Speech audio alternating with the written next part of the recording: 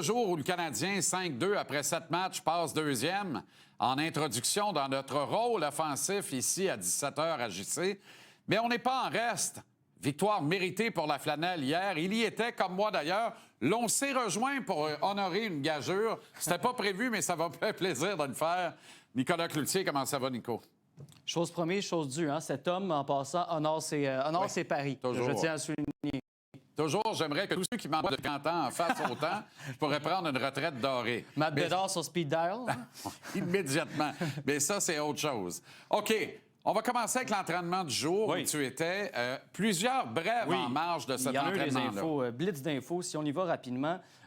Premièrement, l'audition d'Owen Beck est terminée. Il s'en va à Laval. Joshua Roy fait le chemin inverse. 2 rappels curieux. Roy et Del Gaizo. Honnêtement, c'est un peu...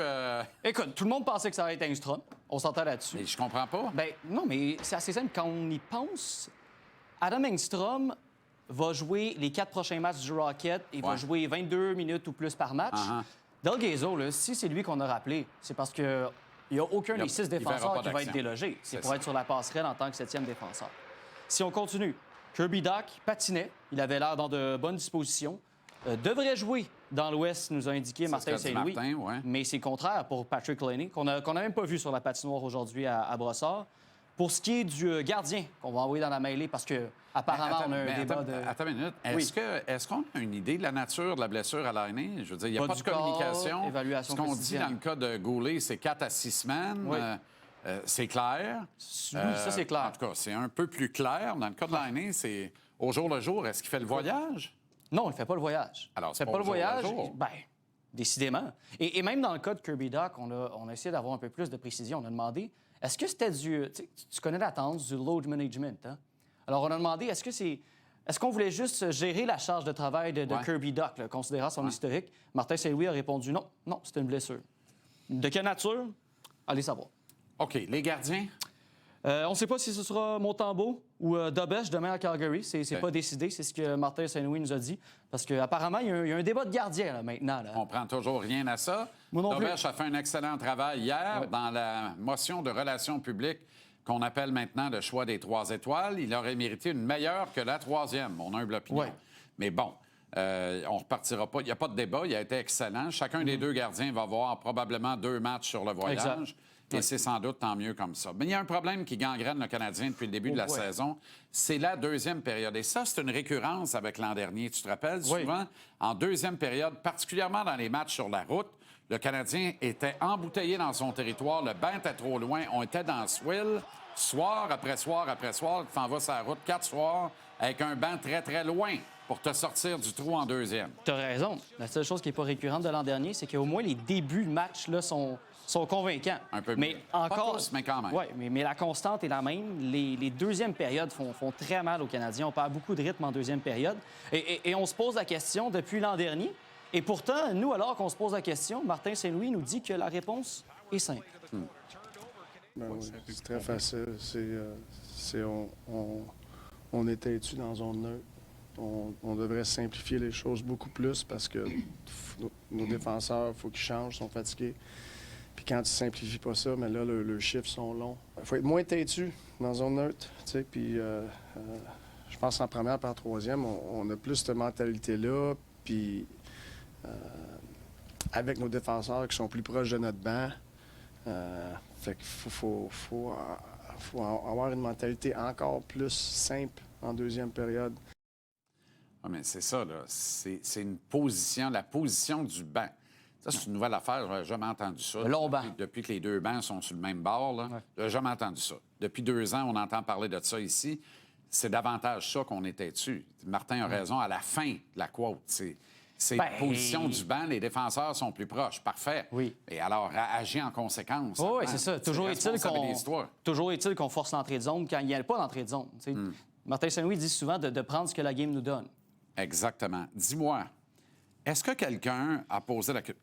Calmement, là, gentiment, Martin Saint-Louis. Ma seule question aujourd'hui aurait été, Martin, que reproches-tu à Zachary Bolduc? C'est une question qui m'apparaît de plus en plus légitime. Son temps de glace fond à vue d'œil à 5 contre 5. Hier, il voit de l'action dans la chaise de Laine, à gauche d'un 4e trio, avec un gars qui, si tout le monde est en santé, il joue pas. Pas un autre appelé d'urgence de la Ligue américaine, reparti aussi vite après le match, d'ailleurs. Et 10e attaquant chez le CH pour le temps de jeu à 5 contre 5 par match. Là.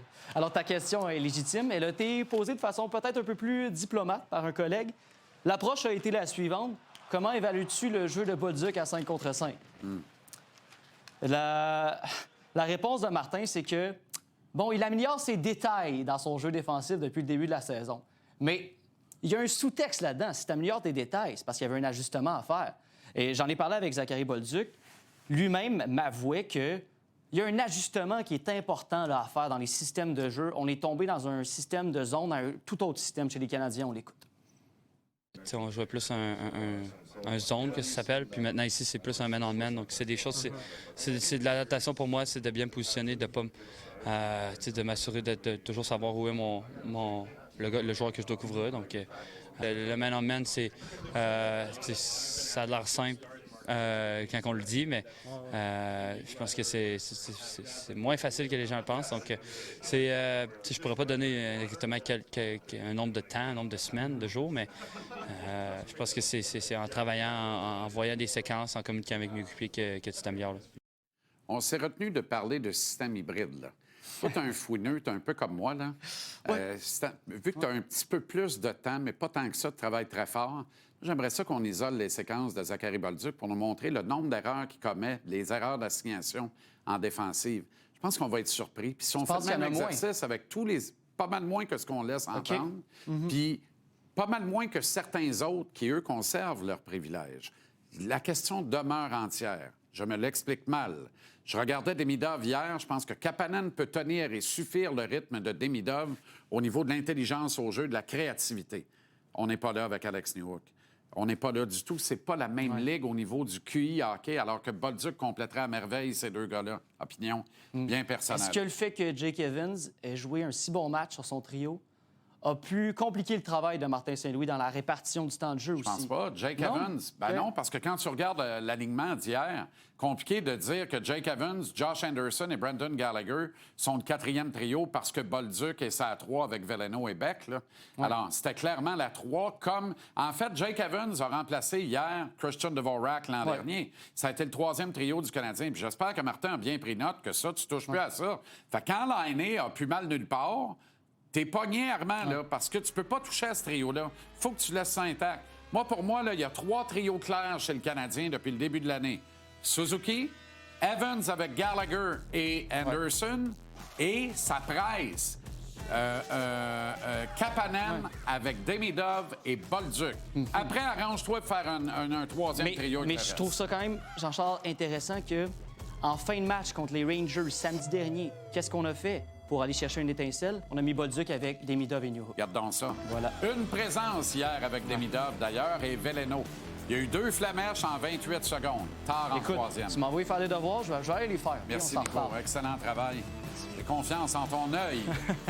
Œil de lynx.